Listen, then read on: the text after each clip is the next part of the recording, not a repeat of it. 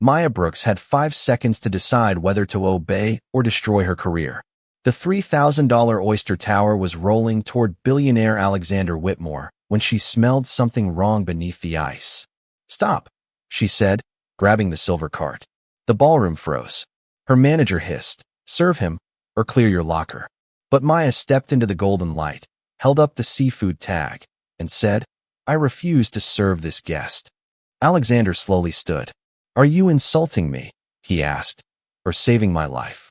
Then Maya saw the blue mark on the label, the same mark that ruined her father. No plate is worth a life, even when the man waiting for it owns half the coastline. Maya Brooks stood in the Harbor Club kitchen with salt on her sleeves, steam on her face, and a $3,000 oyster tower rolling toward the ballroom. Beyond the swinging doors, champagne glasses chimed, piano music floated over the marina, and billionaire Alexander Whitmore sat beneath golden lights, ready to sign the deal everyone wanted. Then Maya leaned closer to the ice. A faint metallic smell rose from beneath the shells. Her hand shot out and stopped the cart. The room behind her went quiet. "This is not leaving my kitchen," she said. Across the counter, her manager's smile vanished. Celeste Grant, the Harbor Club manager, stepped closer in her white blazer, her voice low enough for only the kitchen to hear. "Maya, that guest is worth more than this entire building. Serve him smiling, or clean out your locker before sunrise." Maya looked past her to the marina windows, where yachts rocked under the moonlight like money had its own ocean. Then she looked down at the oyster tag. The shipping label had been peeled back and pressed on again, crooked at the edge. A blue ink mark bled through the paper. Maya's stomach tightened. She had seen that mark once before, in the file her father kept after the harbor turned against him. Maya could not afford to be wrong. Her apartment was 10 miles inland, above a laundromat that rattled all night, and her old pickup coughed every morning before it started. Every paycheck kept her mother's bills current and the broken fishing boat her father left from being sold for parts. Harbor Club was the first kitchen that had ever paid her like her skill mattered, even if some members still looked at her apron before they looked at her face. She touched the oyster knife tucked in her pocket, its handle worn smooth by her father's hands. Eli Brooks had taught her one rule on the docks. When the ocean smells wrong, baby girl, trust your nose before you trust a rich man's table. Celeste reached for the cart handle, but Maya planted both hands on the silver rail. Across the kitchen, sous chefs stopped chopping. Servers froze with trays balanced on their palms. Through the open doors, Alexander Whitmore laughed politely at the center table, unaware that every camera in the ballroom was angled toward his first bite. Byron Hale, the club chairman, appeared beside Celeste in a navy dinner jacket, his smile thin and expensive. "Chef Brooks," he said, "do not embarrass us over a smell." Maya lifted the tag, showing the crooked label and blue mark. "Then let me test it." Byron's eyes sharpened. "There is no time." That was when Maya understood. They did not want time. They wanted silence. Maya stepped around Celeste and pushed the cart herself, not toward Alexander's table, but straight into the center of the ballroom. The piano faltered. Forks paused halfway to mouths. 100 wealthy guests turned as the black seafood chef in a white jacket stopped beneath the chandelier with the untouched oyster tower gleaming beside her. Celeste whispered her name like a warning. Byron's face darkened. Maya looked at Alexander, then at the plate everyone expected him to trust. "Sir," she said, her voice carrying across the room, "I refuse to serve this to you." The harbor lights shimmered behind him. Alexander slowly set down his glass. "Are you refusing me?" he asked, "or protecting me?"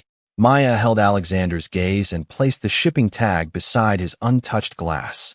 "Protecting you," she said, "and everyone else in this room." A murmur rolled through the club. Celeste tried to laugh it away. "She is being dramatic." Maya pointed to the ice. "This melted too fast for a properly stored tower." The seal was lifted. "The lot number does not match tonight's invoice." Byron stepped forward. "Enough." But Alexander picked up the tag, and the color left his face. His thumb stopped on the blue mark. "Where did this come from?" he asked quietly. Maya answered, "The same supplier my father warned this harbor about years ago." Alexander looked toward the kitchen doors. "Open the cold storage." Now.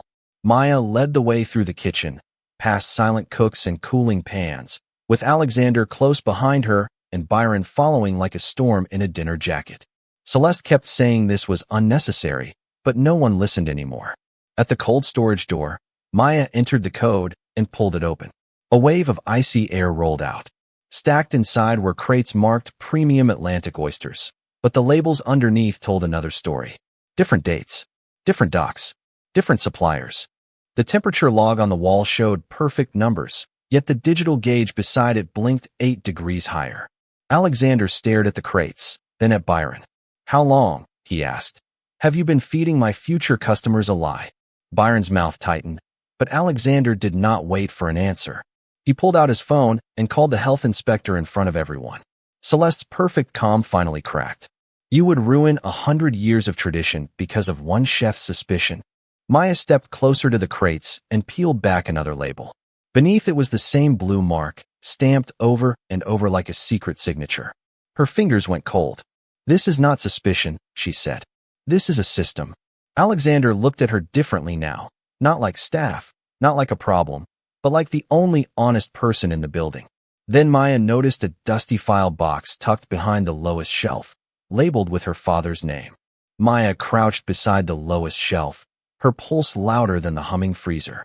The file box was damp at the corners, but the handwriting across the label was unmistakable: Eli Brooks. Her father's name had no business being hidden in a private club storage room. Byron moved fast, but Alexander stepped between him and the shelf. "Do not touch it," Alexander said. Maya opened the box with trembling hands. Inside were old emails, doc reports, supplier warnings, and one photograph of her father standing beside the same blue-marked crates. Celeste whispered, "That should have been destroyed." The room went silent. Maya lifted the top page and read her father's words aloud.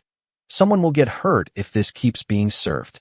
Alexander took the page from Maya gently, as if it were not evidence, but a piece of her father's life returned from the dark. "Who received this warning?" he asked. Maya turned the paper over.